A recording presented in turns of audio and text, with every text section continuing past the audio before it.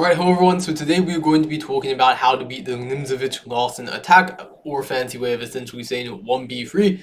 And today I'm going to show the line that I've personally played to pretty good effect over the years. It's been my go-to weapon in Blitz and OTB, and I basically just want to show that in this video, and I think you guys are going to like it and hopefully have good results with it. So without further ado, let's get right into it. And so what I'm going to recommend here is to play d5, and after bishop b2 to play this exquisite looking move, bishop g4. And before we get into this, I just want to mention, of course, like, e5 is sort of like the main line, I guess you could say. But in general, these positions, white generally feels very comfortable in because they've seen them a lot. If you go d5, there's this whole bishop b5 thing, bishop d6, white goes f4. And even though black should be objectively okay in these positions, like in practice, white generally tends to be a lot more comfortable in them. They've looked at these before, they've probably played a ton of games here, so I'd rather not go into these. Instead, what I'm recommending is d5 here, bishop b2, bishop g4 once again. And the basic point is that generally speaking, white wants to play this move e3. And obviously, if they play e3, which in the Lichess database have played 4,000 times, which is probably a pre-moving board, but nonetheless, it hangs the queen, of course. So that's one of the key ideas here. And because white can't easily play e3 here, it's not that easy for them to actually develop their pieces. Like for example, if they want to kick away this bishop, they're either going to have to play something like h3 g4 or something like f3, both of which are going to create serious weaknesses in the black camp here.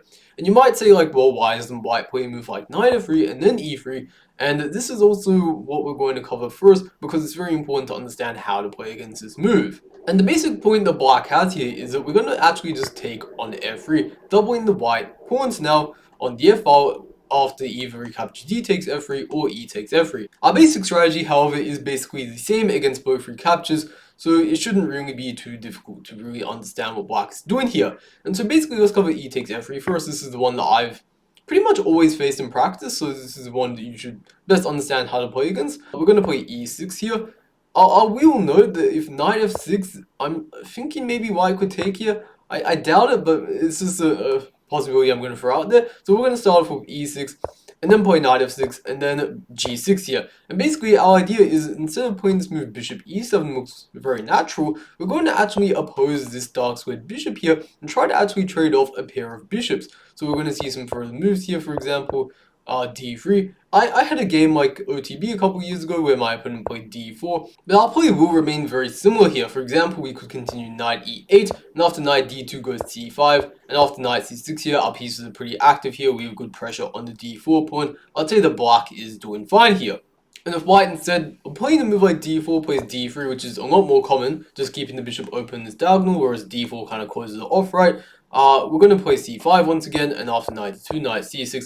A very important idea to understand here is that we can actually play this move knight d7. And a lot of people might think we're trading off a very important defender of our king here, but it's important to note in this position that there's no real way that white can actually exploit this. We're going to bring the queen to this diagonal soon, where it's going to have a very nice influence along the dark squares. In the long run, we can push out pawns on the queen side, I think, and these double pawns for white are kind of not really a huge positional strength of theirs. It's more of a weakness, I'd argue. And so for that reason, this position, I think black is already doing fine, and maybe is even slightly better. Also, I should mention that generally when your opponent has like the bishop pair, a very common strategy to sort of neutralize that bishop pair is to trade off one pair of bishops so that your opponent doesn't have the same kind of control of both color complexes on the board, which is a big reason we went for this whole like g6 setup to begin with. But anyways, what happens if our opponent plays g takes f3? And actually what we're going to do is basically the same thing. We're going to play this whole g6 setup here, and our opponent could do anything. They don't have to play c4, they could play f4, d4, whatever they want.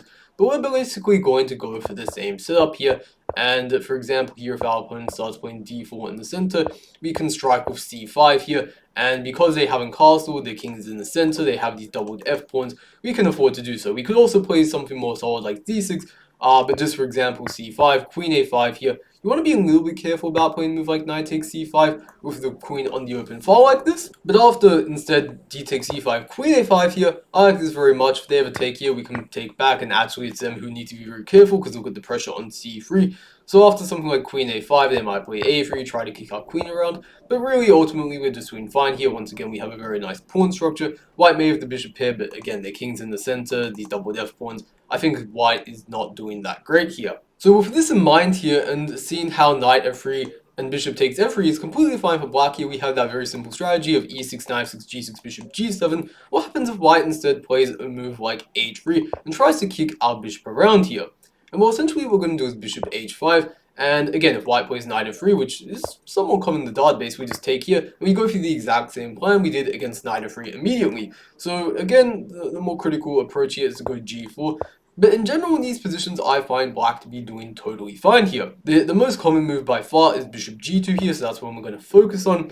And here, what I like very much is to actually just play h5, immediately chipping away at this g4 pawn. And for example, if white were to just play h3, I would not mind at all just going into a position like this, where we swap the rooks off in the h file here, and in the long run, we just play knight c6, bring the queen out somewhere, long castles, play e5. I think we're doing absolutely fine here. However, in this position here, the much more critical approach from white is to go g5 here, gaining space and also restricting black's pieces a bit, making it so we cannot easily develop our knight to the f6 square. And here there are a couple different options that black has at their disposal. One very natural one is knight c6 here, threatening to play e5, and if white tries to stop off knight f3 here, we can actually play e5 anyway, because after knight takes e5, this runs into queen takes g5. But coming back to this position after knight c6, why am I not recommending this? And it's well that white can actually, instead of playing a move like knight f3, they can gain immediate counterplay against our center with this move c4 here. And this kind of forces black to play a move like e6, trying to maintain the center here.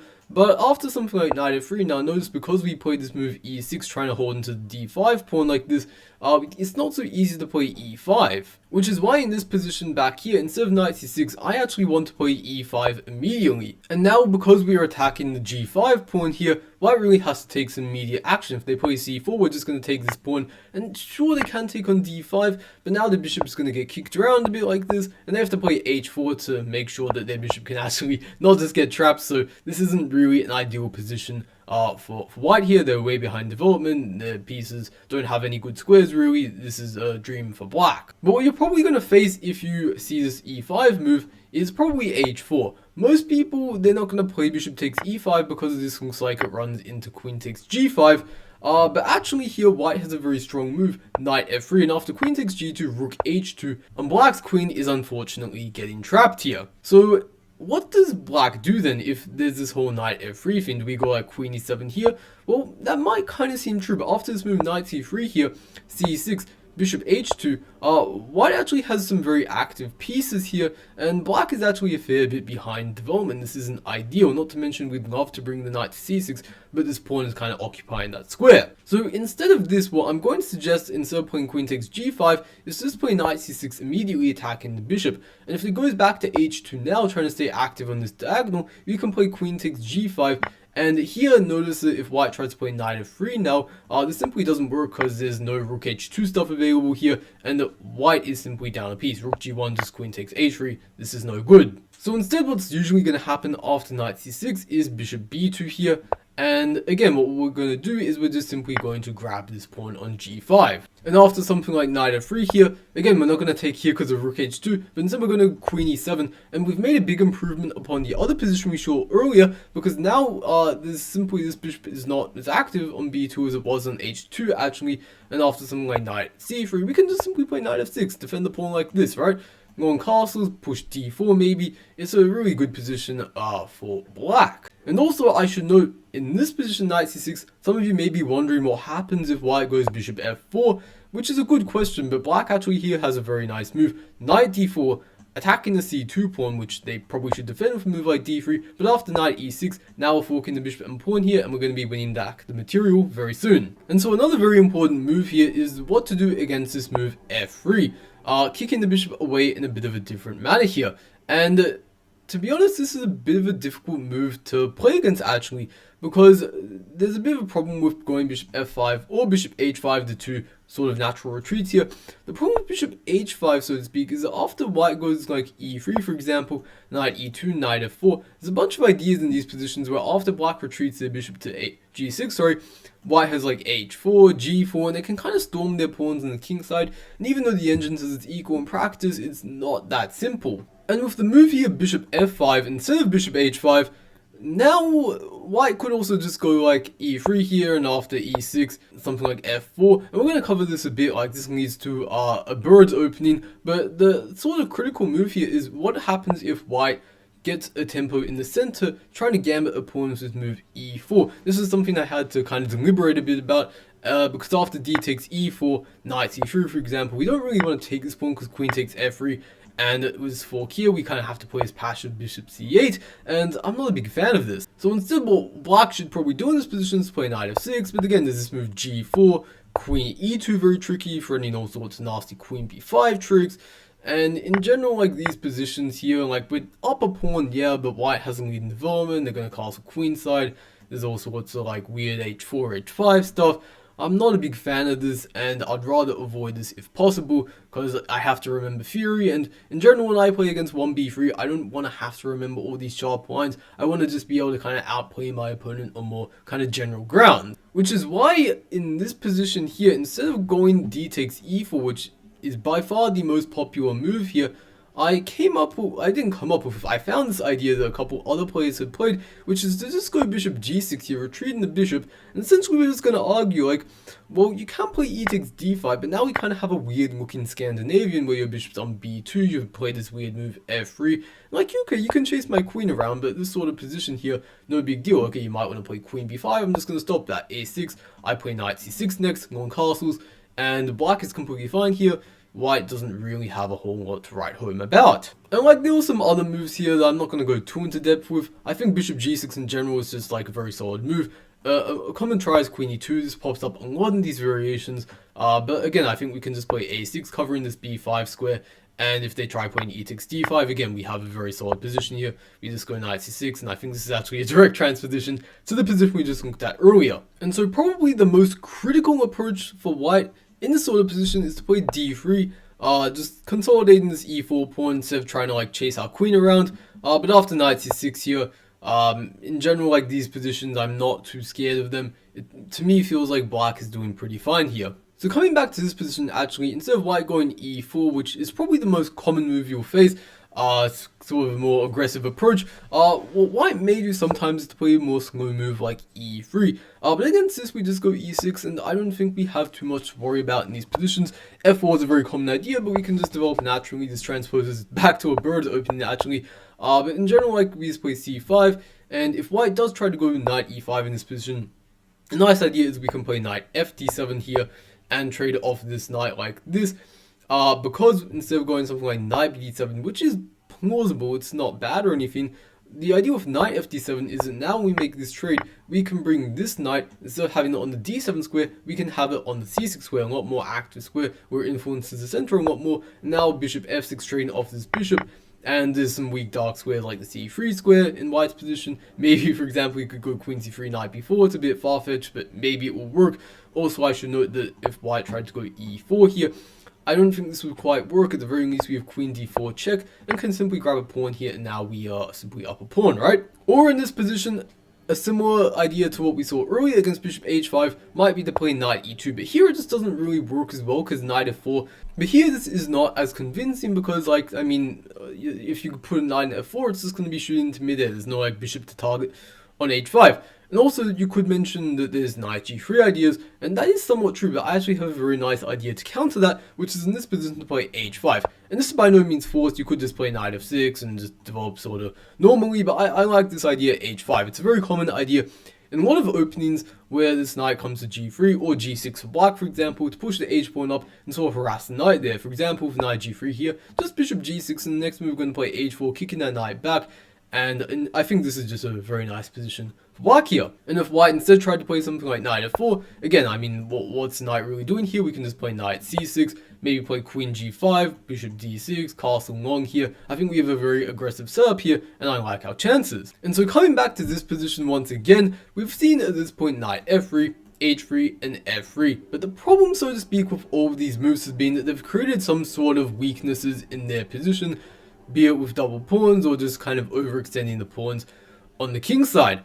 But there is this move g3 from white which kind of aims to avoid all of that altogether. However, this move is not without its cons here, because in doing this, you are playing a bit passively. You've already spent time fianchettoing the bishop on the queen side. If you do so on the king side, you're inevitably going to allow black to sort of be able to grab as much space as they want in the center with a more aggressive move like knight c6, and after bishop g2 here, e5. And basically, our idea in such a position is just simply going to play moves like queen d7, long castles, and maybe push our h-pawn up the board and try to launch an attack on the queen side. For example, this is pretty much a reverse version of the Peretz opening here, where after something like this, white might play an aggressive move like bishop g5, and after something like bishop g7, go queen d2, push the h-pawn in the long run, and go for this sort of attack here. Also, I should mention bishop h6. Very common idea in these sort of positions, trying to trade off the dark sword bishops here, which is going to be, in this case, a big benefit to white. But anyways, one example variation that I thought was quite instructive in this position was to go h3 here, and after bishop e6, we follow up in very typical style to what we normally do here. And one setup which is very common from the white perspective is to go for this e3 setup and go for a hippo. But what we're going to do is we're just going to follow the game plan, right? We're going to play h5, push out kingside pawns, and notice how they can't castle easily because the bishop takes h3. So what they might do is play a move like a3 again, stick into the sort of hippo setup here. But we have a very nice idea here to play d4 here. And essentially what white is always going to do, they're never going to take this because then the position will open up. And, you know, their kind of passive pieces with like knights here will sort of be exploited a lot more easily. So they don't want to do that. They want to keep things closed with e4. And again, we're going to try and probe things open with h4. But they'll play g4. And what we're going to do is here is we're going to play g5. And on the surface level, it looks like we're sabotaging our attack on the king side. But things could not be further from the truth here. We're actually closing the king side, limiting any potential counterplay from white here with f4. And what we're going to do is we're going to transfer our king over to the king side actually, and from there push our queen side pawns, because this is basically a King's Indian structure we have, where our pawn structure is our pawn chain is pointing towards the queen side, which sort of indicates that is a place where we are going to be able to play. And because white essentially is a space deficit across the whole board, there's not really a whole lot they can do about this, and they are basically strategically screwed, and black essentially can just do whatever they want for the whole game now, and if you execute this all correctly, hopefully you would win from this position. But that being said, that's about everything I wanted to cover in this video. I hope you guys got a good understanding of now how you can play against 1b3, and hopefully score some nice wins in your own games. Once again, I just want to say, like, this bishop g4 line, it's pretty rare. Also, I didn't even mention it has like a 54% win rate, which is pretty high compared to most of the other lines, like the line I showed earlier in e5, for example. Like this position here in the database, at least has one, white has a 59% win rate, black has a 36% win rate, whereas this one here, black has a 54% win rate, which is pretty freaking high for any opening in general. Not to mention, it's just, once again, very uncommon compared to a lot of the other moves that black can try. So your opponents probably wouldn't have studied this so thoroughly. But once again, with that being said, there's not a whole lot I have to say apart from this. Hope you guys all have a good one, and I'll see you until next time.